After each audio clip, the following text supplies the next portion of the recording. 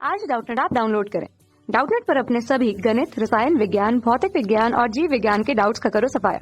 बस प्रश्न की फोटो खींचो, एक ही प्रश्न को क्रॉप करो और तुरंत वीडियो सोल्यूशन पाओ। अभी डाउनलोड करें। प्रश्न है कि चित्र में एक आवेश प्लस क्यू वृत्त के केंद्र पर रखा गया है। एक अन्य आवेश प्लस क्यू को यदि पहले बी से ए तक तथा फिर ए से सी तक ले जाया जाए तो किस मार्ग पर अधिक कार्य करना पड़ेगा। तो आइए हल करते हैं इस प्रश्न को। ठीक है, हमें केंद्र पर क्या दिया गया है, एक वृत्त के केंद्र पर हमें एक धनावेश दिया गया है, तो उसकी बी और सी से बीच की दूरी क्या होगी, आर के बराबर होगी। क्यों? क्योंकि ये वृत्त की परिधि पर स्थित है। ठीक है, ये दोनों बिंदु आर और आर, और हम मान लेते हैं कि क्यू से ए के बीच की दूरी है स्मॉल आर के बराबर। ठीक है, अब हमें क्या दिया गया है कि बल बी से ए की तरफ यानी कि बी से ए और फिर सी से ए लेके जाया जाए, तो कार्य किस में ज़्यादा होगा कि बी से ए तक जाने में या फिर ए से सी तक जाने में। तो उसके लिए हमें क्या करना पड़ेगा, क्योंकि हम देख रहे हैं कि प्लस क्यू आवेश है हमारा और इस आवेश के द्वारा दूसरे जो माइनस क्यू आवेश है, ठीक है, यहाँ पर माइनस क्यू आवेश रखा है, माफ कीजिएगा प्लस क्यू आवेश रखा है, तो इस आवेश पर कौन सा बल लगता है हमारा, इस आवेश पर हमारा लगेगा विद्युत बल। ठीक है, कि अन्य प्लस क्यू आवेश पर विद्युत बल लगता है, और विद्युत बल हम जानते हैं कि विद्युत बल कैसा बल है, विद्युत बल संरक्षी बल है। और जो संरक्षी बल है, तो संरक्षी बल द्वारा किया गया कार्य यानी कि संरक्षी बल द्वारा किया कार्य हमारे पथ पे निर्भर नहीं करता, यानी कि इस पथ पर निर्भर नहीं करता कि जैसे कि हम बी से ए तक मतलब हमको लेके जाना है, तो इस बात पे निर्भर नहीं करेगा कि बी से ए तक हम इसको कैसे लेके जा रहे हैं। ठीक है, कि हम ये है कि बी से ए को यहाँ से यहाँ की ओर से लेके जाए, यहाँ की ओर से लेके जाए, या फिर एकदम सीधे लेके जाए, जो हमारा कार्य का मान क्या होगा, समान होगा। तो हमारा कार्य का मान किस पे निर्भर होगा, केवल और केवल बी बिंदु और ए बिंदु पर। ठीक है, फिलहाल हम बी और ए की बात करते हैं। तो जो इसके द्वारा किया गया कार्य W क्या लिखा जाएगा, वो लिखा जाएगा आवेश गुणा विभवांतर। ठीक है, चूंकि हम जानते हैं कि कार्य को हम लिखते हैं आवेश गुणा जिन दो बिंदुओं के बीच में उसको लेकर जाना है उन दो बिंदुओं का विभवांतर क्या है। तो W बराबर Q गुणा हमारा विभवांतर क्या निकलेगा, ये निकलेगा VA माइनस VB। ठीक है, हम पहले किस बिंदु पर जा रहे हैं, A पर, यानी कि VA माइनस VC पर, मतलब बाद में हम A पर आ रहे हैं, उससे पहले हम C पर जा रहे हैं, तो हम VA माइनस VC लिखेंगे। तो Q गुणा VA क्या है हमारा, VA हो जाएगा हमारे पास KQ बटा R।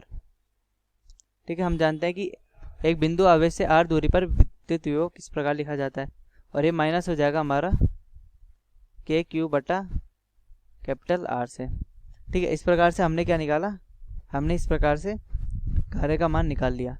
ठीक है, अब बात करते हैं A से C तक लेके जाने में किया गया कार्य। ठीक है, तो W बराबर A से C तक लेके जाने में किया गया कार्य VC माइनस VA के बराबर होगा। तो W बराबर Q गुणा हमारा क्या निकलेगा, VC क्या है हमारा KQ बटा कैपिटल R माइनस KQ बटा R के बराबर। तो यहाँ तो अतः हम देख सकते हैं कि हमारा जो कार्य का मान निकल कर आ रहा है, इसमें और इसमें क्या फ़र्क है। हम दोनों में देख सकते हैं कि एक में कार्य का मान हमारा ऋणात्मक होगा और दूसरे में कार्य का मान हमारा कैसा है, धनात्मक है।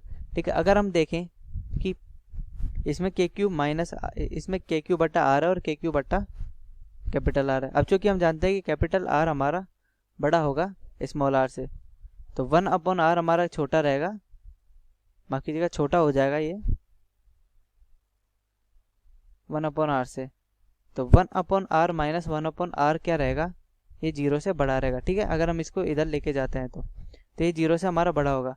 तो अगर इधर हम KQ को कॉमन ले लेते हैं, तो यहाँ से हम कह सकते हैं कि इस स्थिति में हमारे जो कार्य का मान है, कार्य का मान हमें धनात्मक प्राप्त होता है, और इस स्थिति में हमारा जो कार्य का मान है वो हमारे को ऋणात्मक प्राप्त होता है। ठीक है, इधर कार्य का मान धनात्मक है और इधर कार्य का मान ऋणात्मक है। तो अगर हम संख्यात्मक मान देखें, ठीक है, संख्यात्मक मान के अनुसार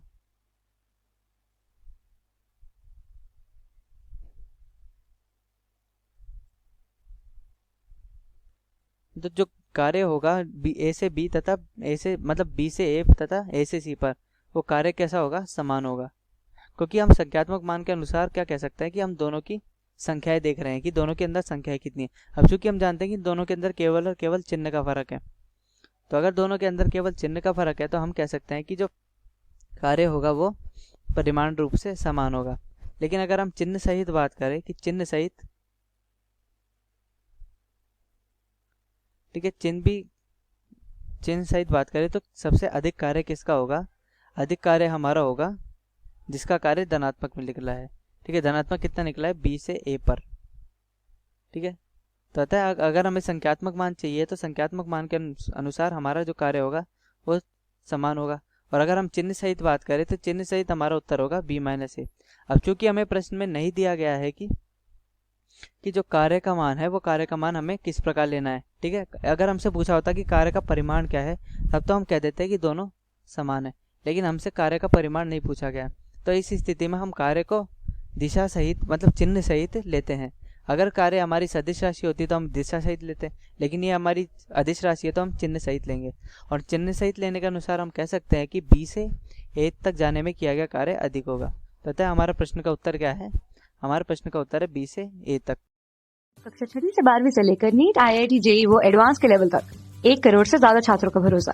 आज ही डाउनलोड करें डाउटनेट ऐप या व्हाट्सएप करें अपने सारे डाउट्स 8400 400 400 पर।